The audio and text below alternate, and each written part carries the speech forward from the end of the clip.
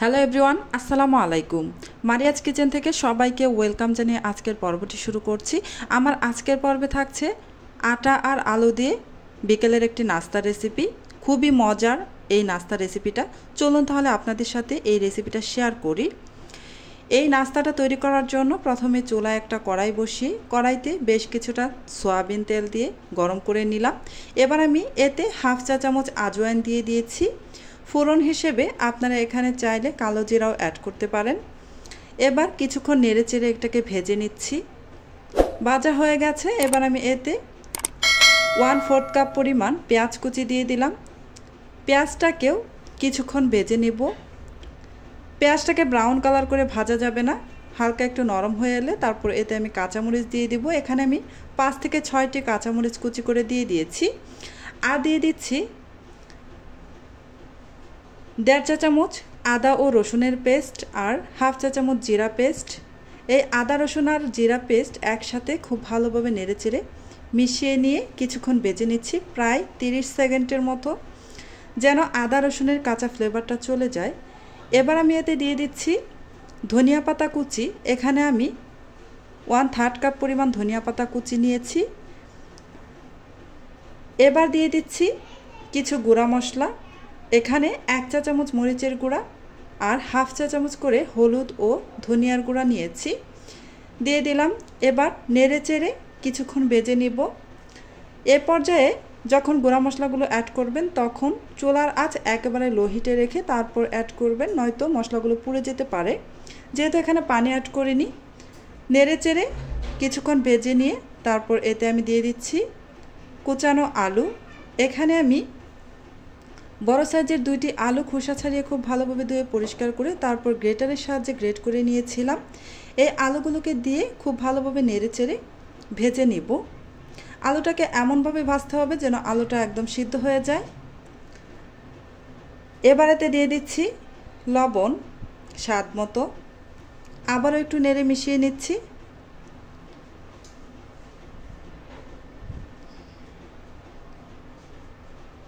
কিছুক্ষণ পর পর আলু নেড়ে চেড়ে ভেজে নিতে হবে। প্যানের গায়ে যেন লেগে পুড়ে না যায় সেদিকে খেয়াল রাখতে হবে। কিছুক্ষণ নেড়ে চেড়ে আলুটাকে ভেজে নিচ্ছি, দেখতেই পাচ্ছেন।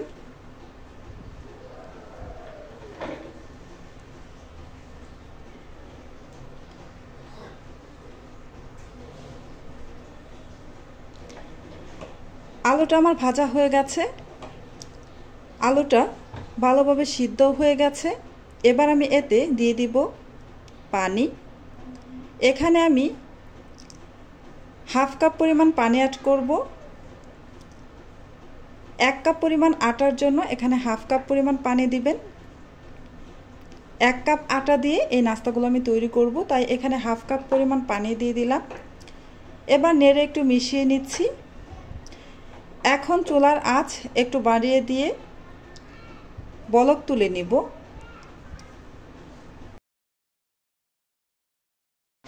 এই তো বলক চলে এসেছে। এবার এতে দিয়ে দিলাম আটা 1 কাপ পরিমাণ।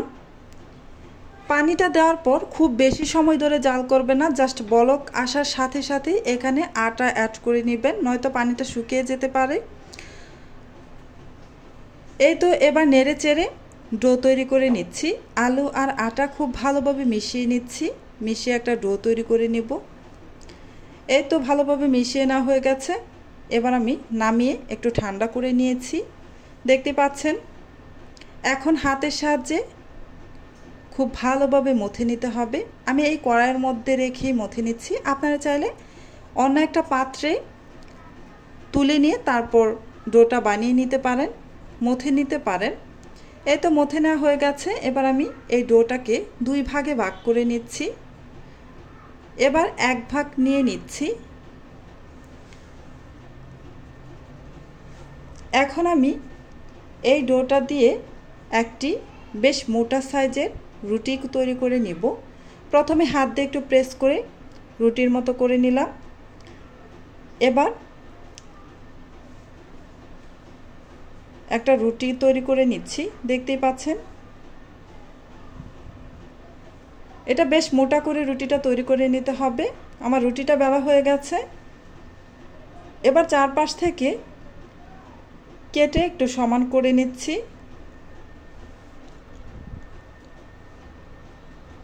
আপনারা একটু খেয়াল করলেই বুঝতে পারবেন আমি কিভাবে নাস্তার শেপটা দিয়ে দিব। চারপাশ কেটে নেওয়া হয়ে গেছে। এবার 3 ভাগে ভাগ করে নিচ্ছি। আমি লম্বালম্বিভাবে 3 ভাগে ভাগ করে নিচ্ছি।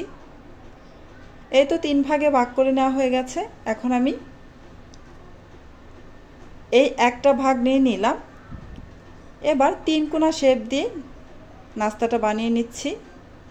এই তো একটা নাস্তা আমার তৈরি করা হয়ে গেছে। 3 কোণা শেপ দিয়ে আমি নাস্তাগুলো তৈরি করছি। আপনারা যে কোনো শেপে নাস্তাগুলো বানিয়ে নিতে পারেন।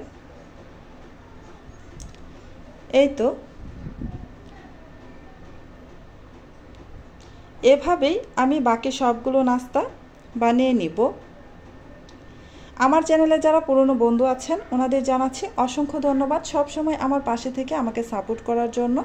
আর যারা আমার চ্যানেলে আজকে নতুন ভিজিট করেছেন, আজকে আমার রেসিপিটি প্রথম দেখছেন, ওনাদের বলবো আমার রেসিপিটা যদি একটু ভালো লাগে আমার চ্যানেলটি সাবস্ক্রাইব করে পাশে থাকা বেল আইকনটি প্রেস করে রাখবেন।